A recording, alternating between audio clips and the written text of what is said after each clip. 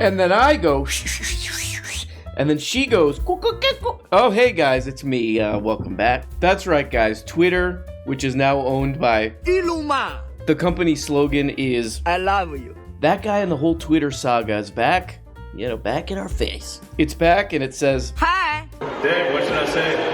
Iluma. Do you hear that sound, Elon? That's the sound of pending civil unrest. Okay. I can't wait to see which story you decimate next, motherfucker. You shut the fuck up with your moves. So if you guys haven't checked this out yet, this is the comedy duo Musk and Chappelle. Musk and Chappelle, they're doing their classic routine. Boo, we want our money back. This isn't comedy. I can figure this out. Hey, guys. And then somehow, through trickery and wits, they end up giving Dave Chappelle and Elon Musk more money. I can't wait to see which story you decimate next, motherfucker. You shut the fuck up. Dave Chappelle is doing what seems to be a very risky entertainment style, which is drunk improv. Drunk improv in front of, I don't know, a zillion thousand people. And I think what happens when you do that, if you do drunk improv in front of a bunch of people, you might accidentally reveal your inner workings. And Dave Chappelle did, which is, if you're not rich, you. He's like, why don't you go burn down a store or something? It's very tough to side with that guy. Hey, I'm rich and y'all can go yourself. You also paid me $160 to watch this. Kiss my ass. Oh, and he's got up there a demented billionaire who turns out to be kind of a con artist. I'm on his side. I'm on the side of this comedian who's speaking truth to power. Thank you. I'll be over here if you need me. Whatever. Look. Yeah, these are some of the check marks of a pretty good comedy routine. You know, doing a class war against the audience. One of the guys says, what should I say, Dave? Dave goes, whatever, at one point. Whatever. Look. Whatever. Whatever. Oh, hey, Elon, these people are asking for their money back. Yeah, we'll get your money back. We just have to wash our hands first really quick. Okay, what's this here? This is Iluma. In April of 2021. To be clear, I do support vaccines in general and COVID vaccines specifically. The science is unequivocal. In very rare cases, there is an allergic reaction, but this is easily addressed with an EpiPen. Now, another tweet from Iluma. This is from a couple days ago. My pronouns are prosecute/Fauci. Okay. Yeah, the anti-vaxxers are really nice to me on Twitter, so I'm gonna facilitate a public health problem now. Because of the fact is they're nice to me. You know what? I kind of feel, honestly, you give me a hard time for this if you want, but I do kind of feel sorry for you. That's the thing that makes me really mad is this guy, you know, he's a billionaire, all this crap.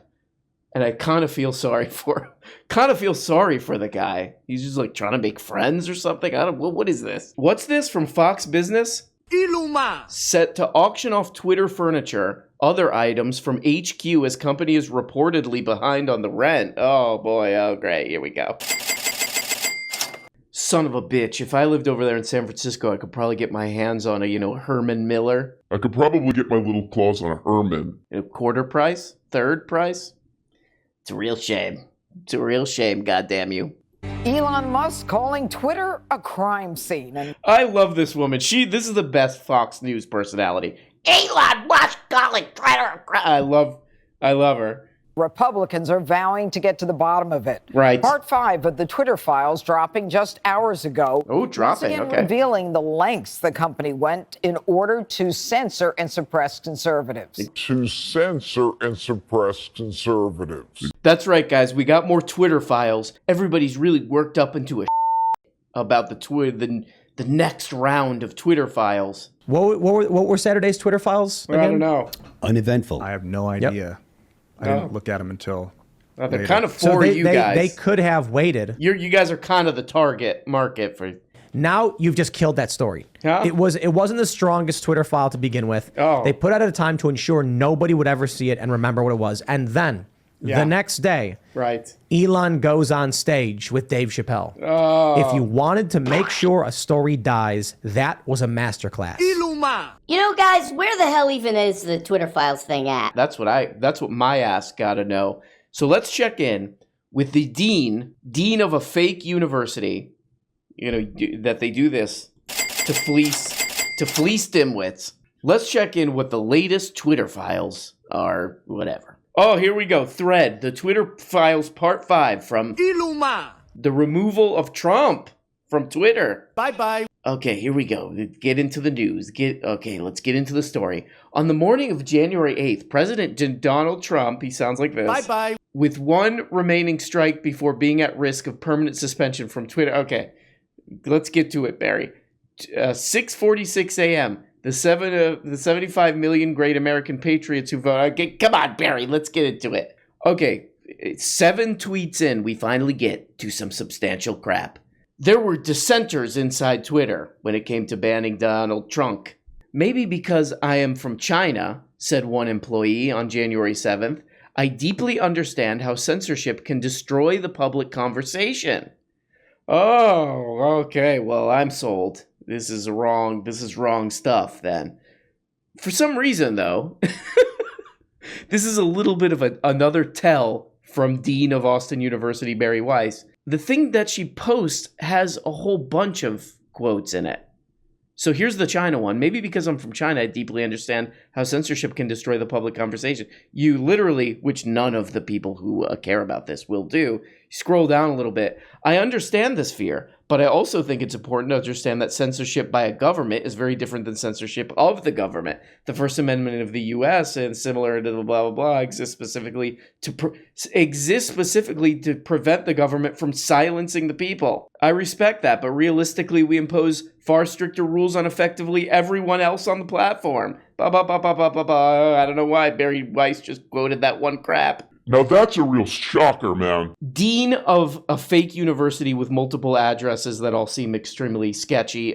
You're telling me that she just quoted the thing that serves her argument and left all the other crap out? Oh. Wow, coming from an unbiased journalist like this, blah, blah, blah, blah, blah, blah, blah, you get it.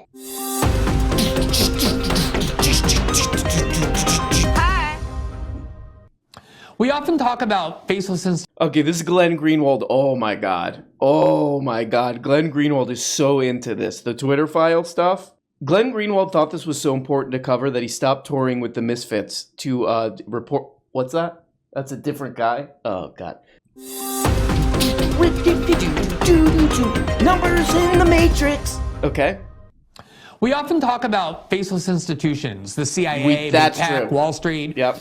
But to really understand them, it is often very helpful, even necessary, to put a human face on them. Glenn broke out the drip. Damn, Glenn broke out the drip for this shit too. Look, got the matching top and the giant iPad. Oh shit, you got that mega iPad, huh? Whoa. God damn, Glenn, how many apps you need for this story, bro? Okay, whatever, let's check it out. Faces are numbers, and numbers are faces here. And we should be very glad he made this decision, because Absolutely. listening to him, as genuinely unpleasant as it is, Hey. really helps to understand what kind of unelected corporate functionaries Right. and what kind of mentality have wielded a stranglehold over our political discourse. Take it easy, Glenn. His name is Yoel Roth. Until he quit his job at Twitter in reaction to Musk's loosening of some of the censorship constraints he helped build, he bore the rather creepy and Orwellian title of, quote, head of trust and safety. Glenn giving some very unbiased reporting there. He was censoring to protect you for your safety because, like Big Brother himself, Yoel Roth loves you. Appearing on the... Take it easy, Glenn. Calm down. I love you.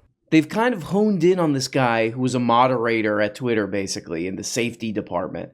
And they're like, this is the worst. This guy's the worst. If you're crazy online, this guy makes you go like this. And he makes you do this, frankly, too. But if you watch this interview, what he actually says is, and they're talking about the January 6th crap, he goes, Donald Trump actually violated all kind of Twitter rules, but we let him stay on. He actually got preferential treatment because he's the president. he happened to be the president. But then when January 6th happened, we said, okay, this has gone too far, and we banned his ass. January 6th. So it starts on the 6th, but it also starts prior to that. That's correct. In the weeks leading up, in the weeks between Election Day and January 6th, Twitter moderated hundreds. I think the final number ended up as like 140 separate tweets from just at real Donald Trump that violated various policies. Yes, he was good at that. Integrity policy. Yeah. Every morning it was a new tweet.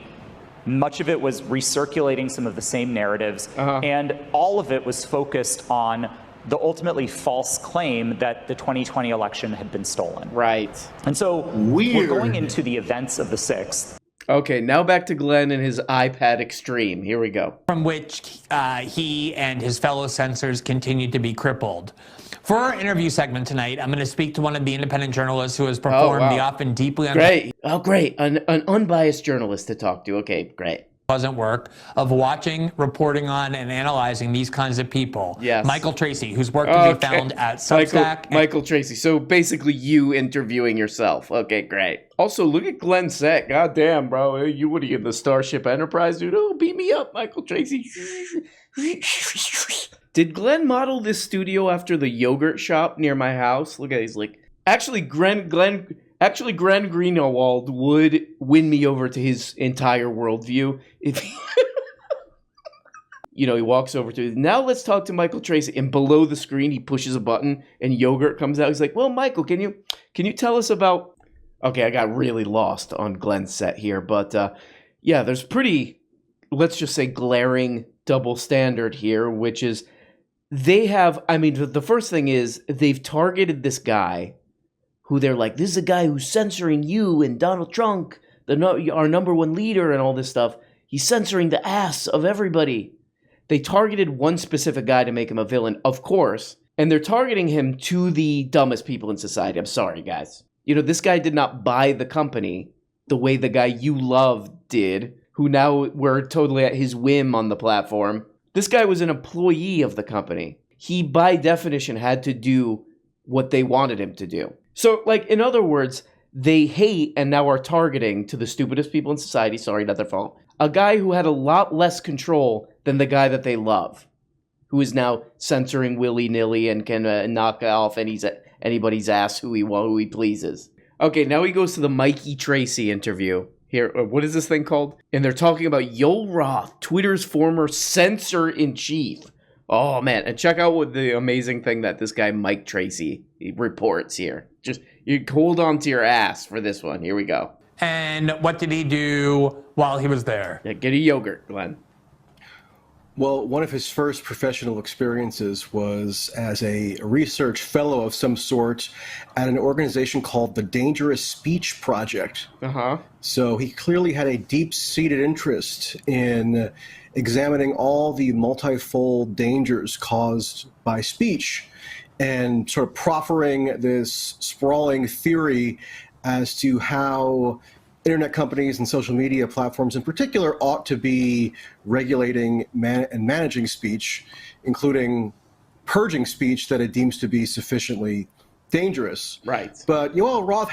I know these guys are just trying to tap dance for an audience here who really want to hear that, every conservative is oppressed, they want to hear, Basically what this guy just said is they hired a person who was qualified to do this job. Again, hired. They said, this is what we want to do. We think you're the one to do it at Twitter. Even Elon Musk was showing off that he was limiting hate speech on Twitter. So what he...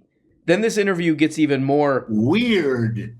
But Yoel Roth had a particular emphasis in one facet of this whole discussion, and that was, as it happens, on issues around gay social media platforms, including gay dating apps. He sort of has touted himself as the leading expert on the kind of inner network dynamics within Grindr, the gay sort of hookup app. And I just want to give you a little excerpt that is I'm waiting for the shocking part of this, okay? If you're a conservative, that was the bombshell. Just that this guy had anything to do with a gay dating app. That itself is... And a little... just so amazing, or maybe amazing is the wrong word, from one of his first journal articles that he published, because Yoel Roth later got his PhD from the University of Pennsylvania on this general subject. Great. But in 2014, this is one of his first forays, and here's how he introduces it. This article offers a here we go, bombshell time. Here we go. Critical examination of the smartphone application Scruff, a gay geosocial networking service targeted primarily at bears. And the article by Roth endeavors to analyze, quote, how bodies, places, and identities are discursively constructed through the interplay of virtual and physical experience. I challenge anyone, if you're feeling particularly masochistic, to just do a brief survey of his academic output, and you'll get a sense of the jargon with which he is just so foundationally infused. And he took that to Twitter, as you mentioned. So PhD. So far the problems are gay apps and PhD jargon. We got anything else, Mikey? Of adopting this title, Global Head of Security, which drew on his academic experience, kind of fleshing out and theoretically developing the nature of online harm, online violence. And he went to work for a place. Speaking of long-winded, this academic thing is so long-winded. I just said what I could have said.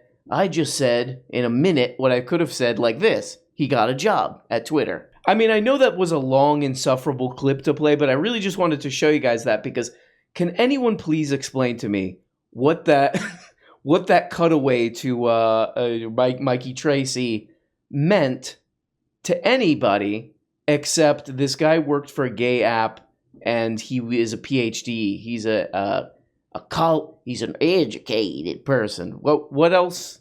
Was there any other bombshell exposing something there? Okay, but last moment of Greenwald drip appreciation. Oh, you got the little brown tie matching the slacks. Woo! Looking like Slick Rick. But there is one funny, huge problem for these guys' little scam that they're doing, which is that the founder of Twitter, that guy Jack Dorsey, that beardo who founded Twitter, he was like, hey, Elon Musk, why don't you stop releasing this information selectively and just make all the communication public. Just make everything public. And they really don't want to talk about that. They really don't seem to be talking about that at all, any of these guys. And that sort of gives the whole game away, because the reason that Elon Musk is only giving this crap to these like goofy right-wing quote-unquote reporters and college owners is because friends. Because those are the friends. Oh, we're doing this for our friends. Here's another funny thing. We got to hand it to Maddie Binder. Maddie Binster. Daddy can do no wrong. This is what I say to Maddie Binder. I look at him and I go, Daddy can do no wrong. This is from Maddie Binder.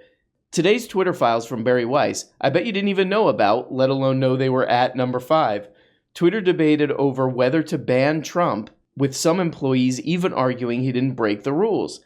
Compare that to Elon Musk banning Kanye because he alone felt like it. Yeah, why aren't these guys talking about that? Why aren't these guys talking about this guy? I could say anti-Semitic things. Oh, right, because they're just doing a scam. Glenn, he lives in a yogurt shop and he eats all the yogurt.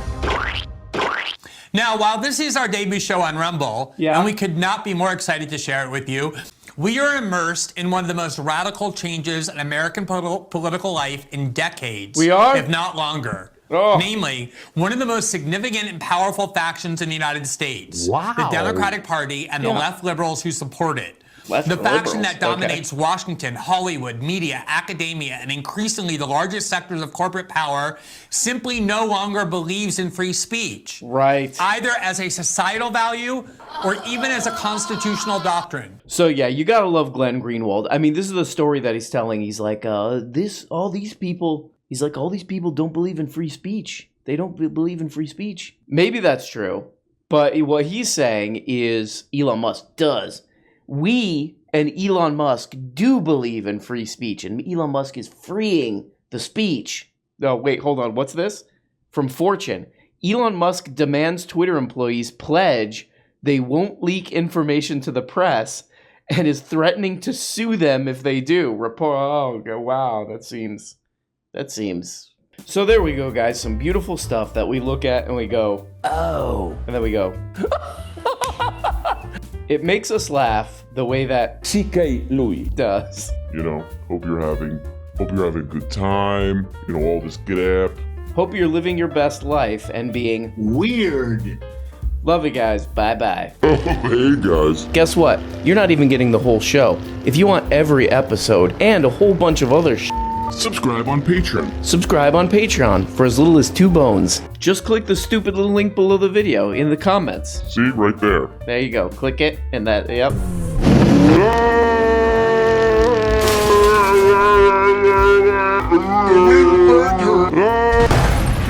When you become a patron for as little as 2 bones, you get the Tuesday, Thursday, patron-only episodes. You also get the weekly Book-a-Blega show where we talk about important books. The questions and comments thing where you can ask questions and make comments and all this crap. And the weekly behind-the-scenes show. All for less than the price of a rancid Charleston chew. And for only 25 putrid little dollars, you could become a producer. That's right, support the show and get your name up here. Look at these people. Look at these people that make the show possible, okay? God. I mean, without these beautiful people, this show goes straight into the dumpster. A rotten, you know, just wet, disgusting dumpster, you know, behind a restaurant. So there's old milk in there. That's where this show ends up without these people. Is that what you want? Okay, I guess it's what you want. I'll just leave. Nope, it's done. It's too late. Okay? Here we go. Here's the dump truck. Here's the dump truck come to pick up the show. This is what would happen with no producers. Thank you.